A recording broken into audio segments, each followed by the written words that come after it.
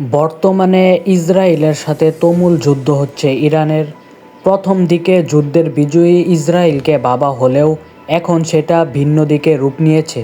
কারণ ইরানের শক্তিশালী এবং আধুনিক মিসাইলের হামলায় ইসরায়েলের অনেক শহর এখন লণ্ডভণ্ড হয়ে গেছে।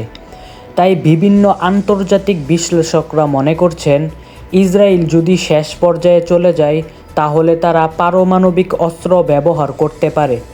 এদিকে ইসরায়েলের পারমাণবিক কর্মসূচি আন্তর্জাতিক নিয়ন্ত্রণের বাইরে রয়েছে।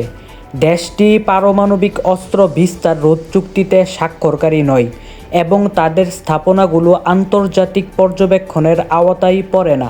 ফলে বৈশ্বিক নিরাপত্তা ব্যবস্থায় এটি একটি ব্যতিক্রমী বাস্তবতা তৈরি করেছে। প্রতিদিন নিয়মিত সংবাদ পেতে অবশ্যই আমাদের চ্যানেলটি সাবস্ক্রাইব করে রাখবেন আর আপনার মূল্যবান মতামতটি আমাদের কমেন্টে জানাবেন।